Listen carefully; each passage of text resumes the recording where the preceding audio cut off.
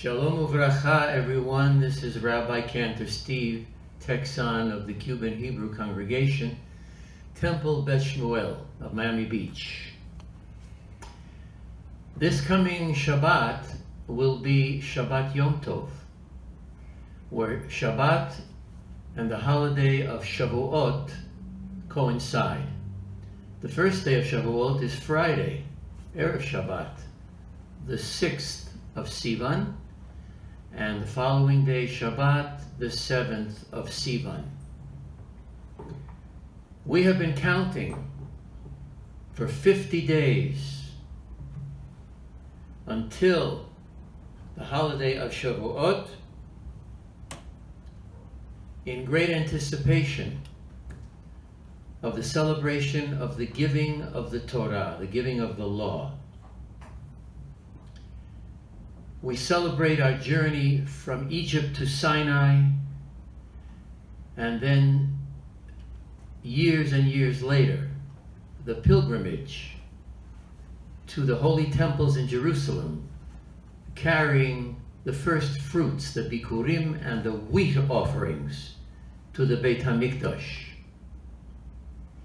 It is a grand holiday, although somewhat neglected in modern times. Shavuot is not the most popular of the three festivals, the Shalosh Regalim. We don't have quite as many symbols for the holiday as we would normally have, like on Sukkot and Pesach. But Shavuot has our greatest symbol that we almost take for granted, our Torah.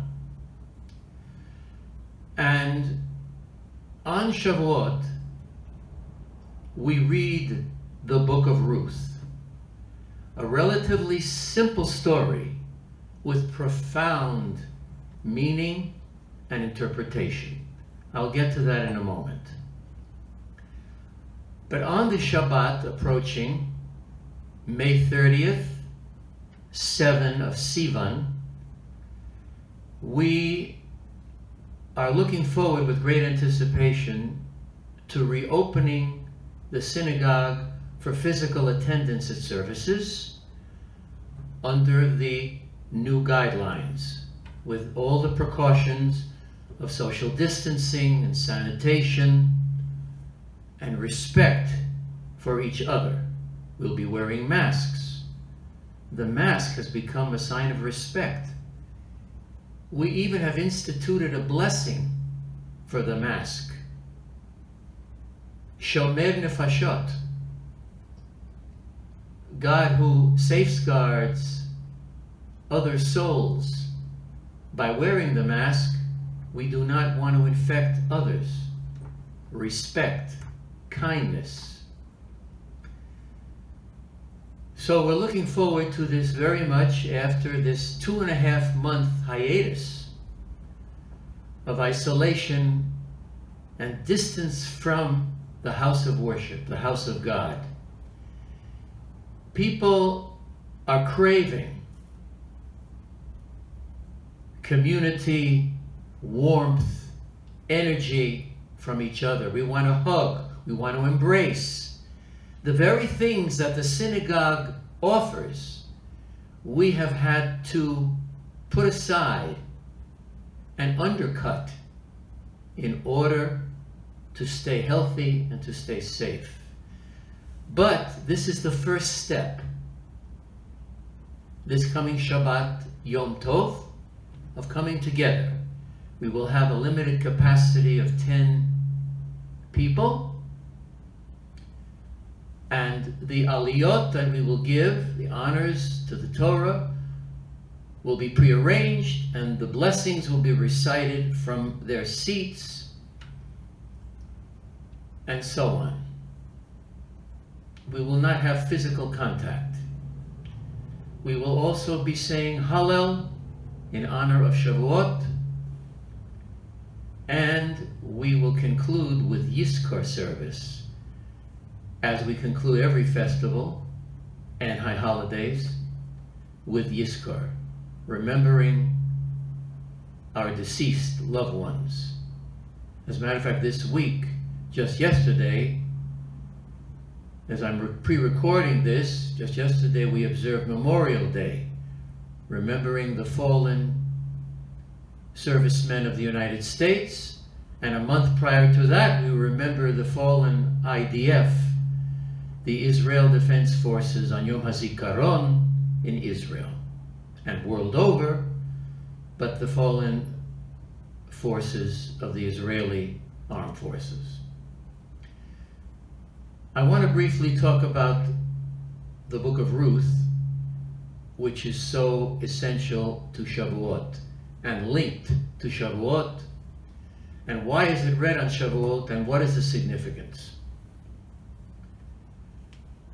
Ruth represents the salvation of the Jewish people, meaning that through the convert, Ruth, the Moabitess, the Moabite woman, who married Boaz, a relative of her deceased husband,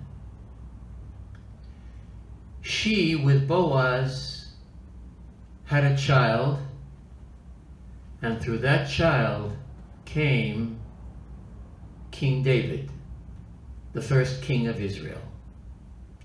Ruth is called Aim HaMalchut, the mother of royalty. This Moabite woman, the daughter-in-law of Naomi, redeemed her mother-in-law,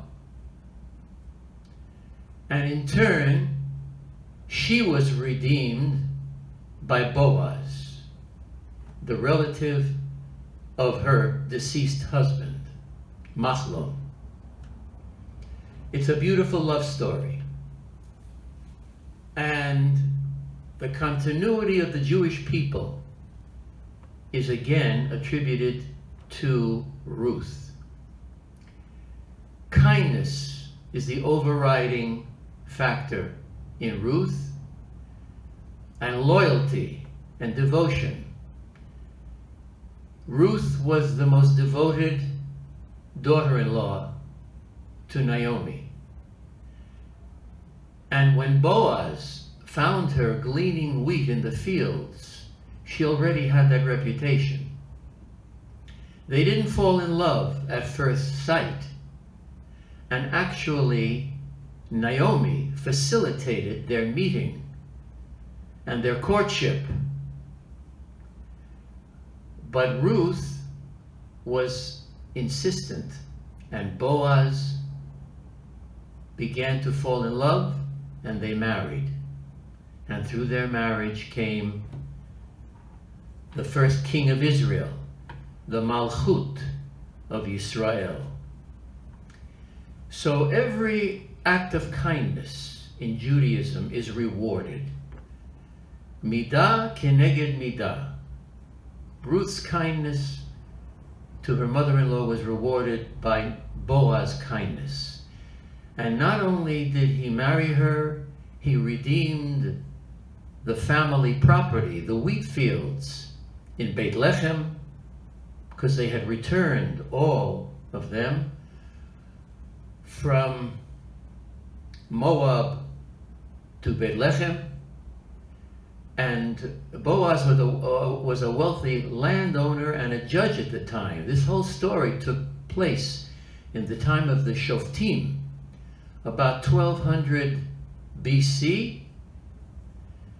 And in the time of the judges, Boaz was able to redeem the land and bring prosperity to Naomi and to Ruth.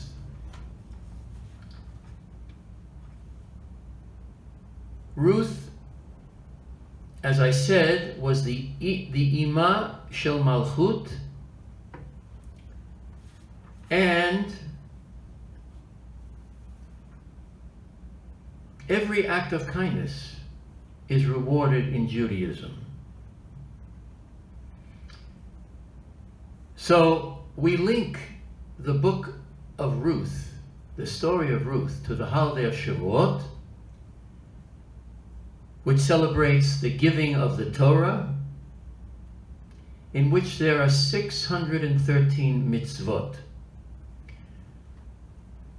Our sages say that Ruth, in accepting Judaism and converting, had already accepted the 7 laws of Noah, the Noahide laws, which had existed.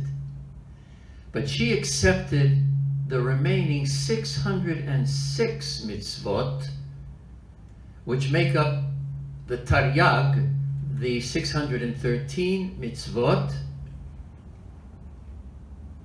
and her name, Ruth, in Gematria, the numerical value of her name is 613. Resh Vov Tov.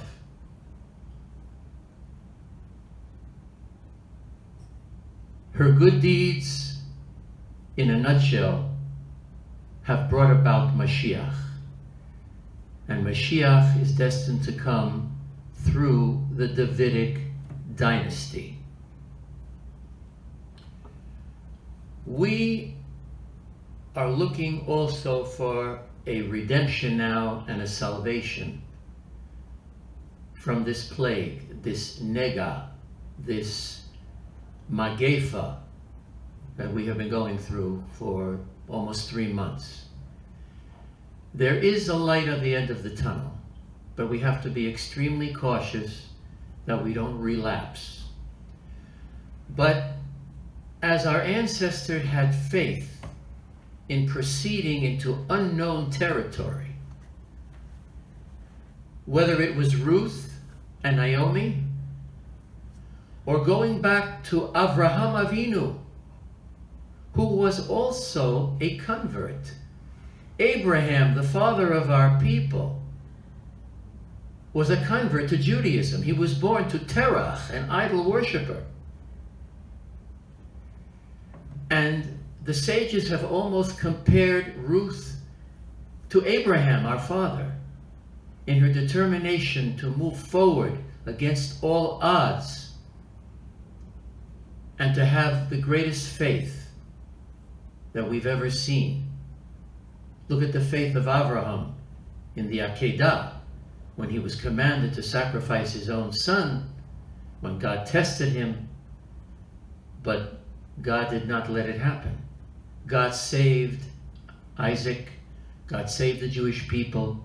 God will save us all now from this global pandemic through the wisdom of science, the application of the rules. We will beat this disease. We cannot rush it, but it will happen. And we will look back on this as a time where we all became better human beings. Better human beings, loyal, devoted, caring, selfless, altruistic, as those who have been sacrificed in caring for the sick, the first responders, the medical community, the physicians, all involved. We have been mobilized to be better human beings. This is the whole point of the book of Ruth. That it's not enough to receive the law. We apply God's law in the real world. And Ruth and Naomi symbolize that. But Ruth is the quintessential of devotion and loyalty, and altruistic, selfless love. May we all gather together, not only this coming Shabbat, our first step on Shabbat, Chag HaShavuot, but in the succeeding Shabbatot, where I will ask you to call the synagogue and make reservations in advance. This Shabbat is already booked. with our capacity of 10. But beginning the following Shabbat, Shabbat Naso, when we begin the regular Torah readings again following Shavuot, please call, make the reservations, and we will have our social distancing and continue according to the guidelines. May God give strength to his people and bless his people with peace. Adonai oz li'amo yitain, Adonai yavarech et amo v'shalom. Peace for us, peace for Israel, and peace for the entire world. Amen. Shabbat Shalom and Chag Sameach.